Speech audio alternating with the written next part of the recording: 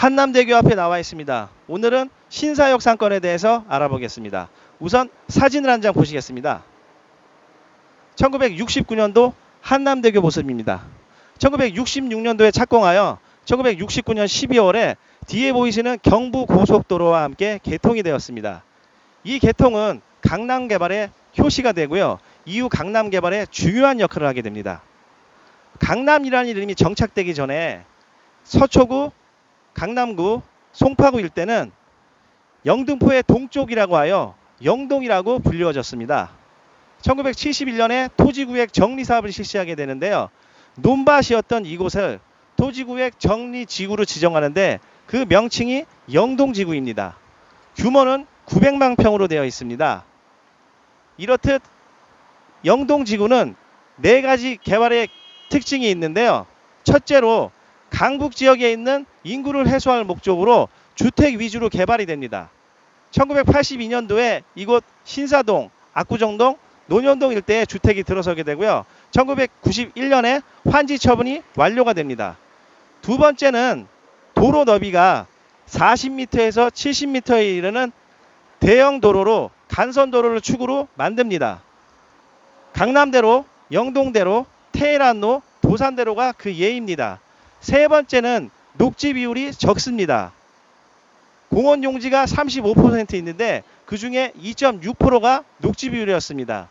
네 번째는 주택 위주로 개발이 되다 보니까 상업지역 비율이 적었습니다. 테헤란로를 중심으로 하고 역세권을 중심으로 일부 지구 단위 계획으로 지정한 게 다였습니다. 그래서 강남에는 대형 상권이 별로 없습니다. 이런 개발 과정에 의해서 개발이 되었던 강남 지역에 대해서 알아보겠습니다. 우선 신사역 상권에 대해서 가보겠습니다. 가보시죠. 신사역 앞에 나와 있습니다. 지금 앞에 보이시는 도로가 도산대로입니다. 여기 신사역부터 시작해서 쭉 가가지고 저 끝에 그 영동대로까지 연결되어 있습니다. 이렇게 강남 개발 당시에 이 한남대교를 중심으로 동서 방향으로 도산대로가 하나 있고요. 그 테헤란로를 거쳐가지고 삼성역으로 가는 방향이 하나 있습니다. 그 두 개가 동서 방향의 큰 도로고요. 남북 방향으로는 요 신사역으로 해서 강남대로를 중심으로 해서 양재역까지 가는 도로가 있고 저 끝에 영동대로에서 개포동으로 가는 영동대로가 있습니다. 요 남북 방향으로 4개의 도로가 강남 개발의 큰 틀을 잡고요. 요 큰 도로를 중심으로 바둑판으로 도로가 형성되어 있습니다. 그런 이유로 강남에는 그렇게 상업지역이 많지 않습니다. 지금 상업지역은 이렇게 도로를 중심으로 양 옆으로 요 지역들이 지금 다 상업지역입니다. 그래서 큰 건물들이 강남에 보시면은 요 대로변을 중심으로 이렇게 형성되어 있는 거예요. 어디를 가든 요 대로변 이면에는 다 주거지역입니다. 그 다음에 테헤란로를 중심으로 해서 상업지역이 쭉 형성이 됩니다. 그게 이제 아까 말씀드렸던 지구 단위 계획을 지정해서 쭉 형성을 해요. 그래서 보통 보시면 강남에서 뭐 룸사롱이나 나이트클럽, 뭐 안마시술소 이런 게 보통 보면은 요렇게 그 대로변에 있을 거예요. 아니면은 테헤란로 이면에 주로 형성되어 있습니다. 그런 이유로 형성되어 있는 겁니다. 여기 지금 도산대로로 쭉 가고 있는데요. 이 양옆에는 상업지역으로 여기 그 건물 가격이 평당 한 2억 보시면 됩니다. 양옆으로. 주로 업종은 이렇게 보시면 판매 마장 위주로 되어 있고요. 요 뒷블럭이 지금 먹자골목인데요. 우선 한번 들어가 보겠습니다. 예, 저 안으로 한번 가보시죠. 도산대로 이면 먹자골목으로 한번 들어가 보겠습니다. 이 신사역 상권은 한남대교에서 넘어오는 교통의 요충지로 주로 기업들하고 오피스 사무실 밀집 지역입니다. 8, 90년대가 전성기였었는데요. 당시에는 호텔, 캬바레, 룸사롱이 있는 유흥지점이었어요. 그때 이렇게 먹자골목이 좀 있었는데 그 이후에 이제 그 유흥상가들이 없어지면서 자연스럽게 이렇게 먹자골목으로 지금까지 이어오고 있습니다. 예전에는 이 일대가 월세가 이렇게 비싸지 않았는데 저 가로수길이 뜨면서 건물값들이 많이 올랐어요. 그 이후에 이제 월세가 좀 올랐는데 이 라인에 지금 건물 가격은 평당 한 1억 초반 정도 합니다. 주로 이 골목은 먹자 골목으로 음식점들하고 술집들이 많이 있습니다. 이 위에는 이제 사무실들이 많이 있고 그 건너편에는 주거 지역으로 주택들하고 또 주택가에 또 사무실들이 많이 빽빽하게 들어서 있는 형태입니다. 저쪽으로 이제 가로수길 방향으로 가는 길인데요. 요 왼쪽으로 해서 다시 한강 쪽으로 이렇게 들어가요. 그래서 저 끝으로 가면서 양 옆으로 또 주택들이 있고 그 안쪽으로도 상가들이 좀 있습니다. 근데 현재는 지금 그 먹자 라인 요 지금 이 라인이 메인이고 여기서 살짝 들어가는데 요 먹자 라인 메인의 임대 시세는 10평 기준으로 한 250에서 한 400 정도 보셔야 돼요. 그리고 여기서 이제 한강 방면으로 가는 쪽에 그 양옆의 시세는 한 150에서 250 정도 보시면 됩니다. 요 라인이 지금 메인으로 이 일대는 특이하게 이렇게 포장마차 같은 스타일들이 많이 있어요. 그래서 밤늦게까지 사람들이 많이 있습니다. 주로 저런 데는 이제 젊은 사람들이 많이 있고 여기를 이렇게 걸어가다 보면 지금 연령층들이 다양해요. 여기는 보통 보면 20대 한 중반부터 해서 50대 초반까지 다양하게 있습니다. 가로수길하고 인접해 있지만 이 지역 특성상 오피스 상권이기 때문에 현재보다는 주말에 다소 유동이 좀 떨어집니다. 지금 평일 저녁 10시인데요. 이렇게 보시면 이렇게 연령층들이 좀 다양해요. 그리고 가게들도 이렇게 보시면 다양하게 있습니다. 우선 저희는 그 세로수길 앞에서 한번 다시 얘기해 보겠습니다. 그쪽으로 한번 가보겠습니다. 네, 저희가 지금 먹자골목으로 쭉 왔는데요. 이제 그 세로수길로 한번 들어가 보겠습니다. 이 앞에 보이시는 건물이 예전에 그 리쌍이 그 갖고 있던 건물이에요. 이게 이제 2012년에 이제 리쌍이 매입하면서 기존 임차인하고 이제 대립이 돼가지고 임대차 분쟁이 계속 있었죠. 그래서 뭐 여기 그 주차장을 뭐 어떻게 하네 많이 해가지고 결국에는 그 분쟁이 다 이제 임대인이 이기는 걸로 끝났는데 이 법 이후에 이제 그 임대차 보호법이 많이 개정이 되죠. 근데 사실 이 법 이전에 2009년 당시에 그 용산 사태가 한번 있었어요. 그 용산의 주상복합이 개발되면서 기존 이제 상가가 이제 재개발되면서 당시에 이제 그 상인들이 이제 권리금을 주고 들어갔었는데 이제 재개발이 되다 보니까 권리금을 받을 수 없게 이제 쫓겨나는 상황이 됐었죠. 그러면서 이제 그분들이 이제 그 시위를 했었는데 당시에 이제 그 경찰 특공대가 무력 진압을 해가지고 컨테이너 박스를 그냥 올렸어요. 그분들이 안에 있는데 그래서 불이 타가지고 당시에 다 사망을 했습니다. 예, 그런 아픈 그 일들이 있었어요. 당시에 저는 그걸 보면서 정말 가슴이 아팠어요. 그분들 심정을 100번 이해하는데 정말 그렇게 무력 진압을 하고 그분들이 사망했던 것은 너무 안타깝게 생각합니다. 그분들 희생 이후에 또 저런 사태가 있으면서 지금 상가 임대차 보호법이 많이 좋아진 거예요. 그 전에 이제 장사를 오래 하셨던 분들은 지금 이 상가 임대차법이 좋게 바뀌었다는 게 정말 이게 좋다는 거를 느끼실 텐데 지금 이제 하시는 분들은 별 그런 감각이 없으시더라고요. 다만 이제 그런 희생이 있었기 때문에 이렇게 바뀌어졌다는 거를 모르시는 분들은 분명히 아셔야 됩니다.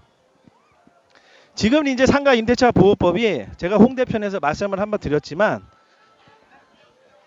계약 갱신 청구권이 10년으로 바뀌었고 권리금 회수 기간이 만기 전 6개월로 바뀌었어요. 그리고 환산 보증금도 지금 서울 지역 같은 경우는 한 9억으로 바뀌었거든요. 그 이제 계산이 어떻게 되냐면 보증금 플러스 월세 곱하기 100이에요.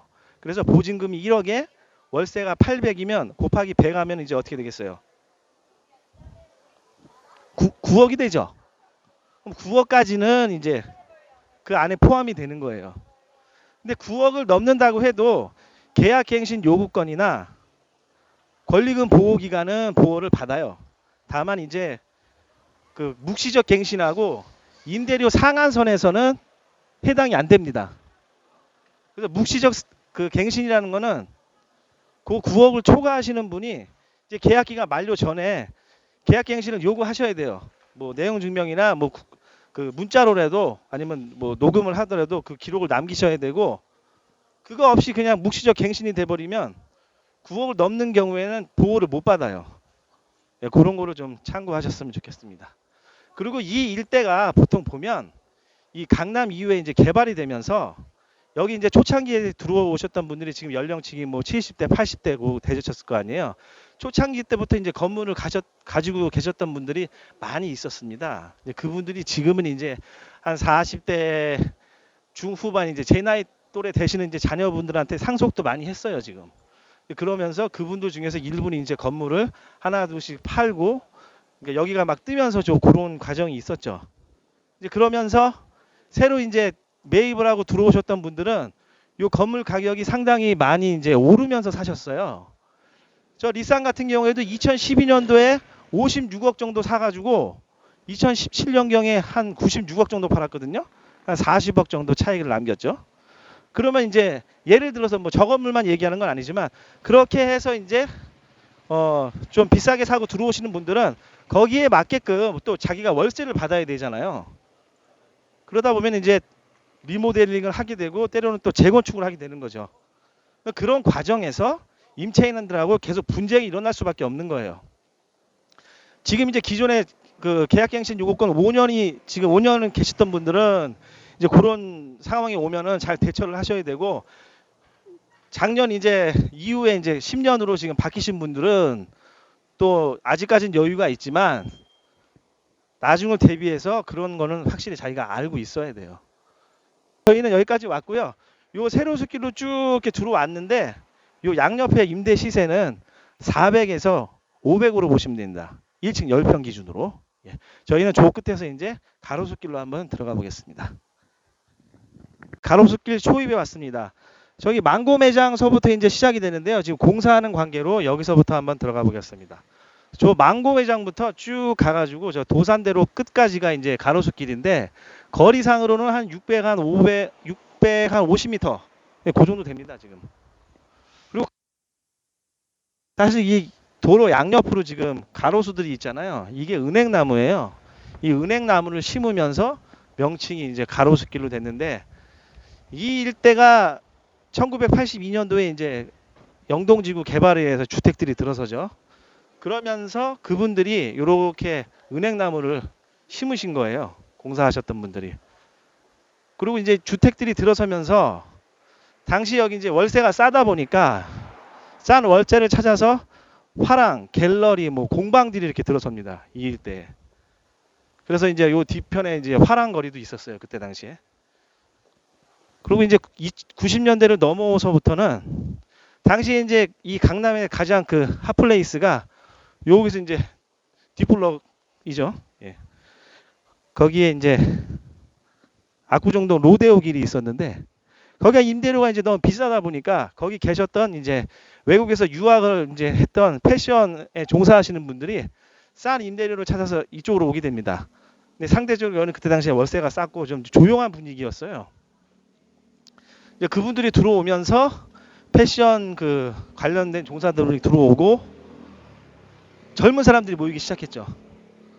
당시 여기 분위기가 그때 90년대 초에는 저도 여기 왔었는데 지금으로 얘기하면 이제 익선동이나 아니 연남동이나 뭐 샤로스길처럼 좀 특색 있는 거 있잖아요. 거기처럼 그렇게 화려하진 않았는데 군데군데 이렇게 좀 특색 있는 그런 분위기였어요.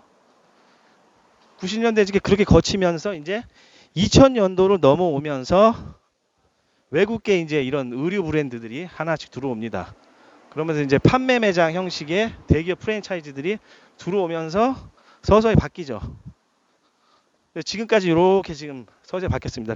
그런 업종들은 이제 다 나가고 지금은 완전히 여기가 이제 안테나 샵으로 돼버린 거죠. 그래서 일반 개인 창업자들이 사실 여기에서 장사하는 것은 거의 불가능하고 여기 오시는 분들도 거의 뭐 유동은 이제 주말이나 좀 많이 있는데 거의 흐르는 측면이 많이 있어요. 직접적인 소비가 그렇게 많아 보이진 않습니다.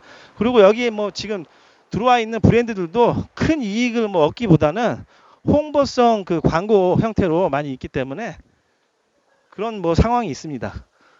이렇게 보시면 지금 그 공실이 있는데 이렇게 지금 가로수길에 공실이 있는 경우는 대충 한 두 가지로 생각할 수 있어요.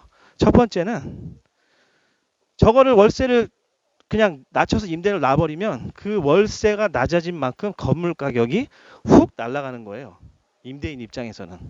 그래서 월세를 쉽게 낮출 수가 없고, 두 번째는 지금 업종을 가려서 받는 거예요. 그래서 본인이 원하는 뭐 좋은 브랜드가 들어올 때까지 기다리는 거죠. 근데 이 두 가지 다 전제는 자산이 좀 있는 분이겠죠? 예. 그런 측면에 지금 돼 있는 경우도 있습니다. 이 라인의 지금 임대 시세는 10평 기준으로 1200에서 1600 정도 보시면 됩니다. 지금 시간은 11시인데 이렇게 보시면은 여기는 사실 그 평일, 지금 평일이거든요. 평일 한 9시 반만 되면은 이렇게 사람이 안 다녀요, 여기. 그리고 지금 저희가 그 샤로스길을 왔잖아요. 샤로스길도 저 먹자 라인 초입에서 꺾어지는 그 아까 그 닛산 건물 있던 예전에 그 라인 쪽만 좀 반짝이고 나머지는 거의 다 사람이 없습니다.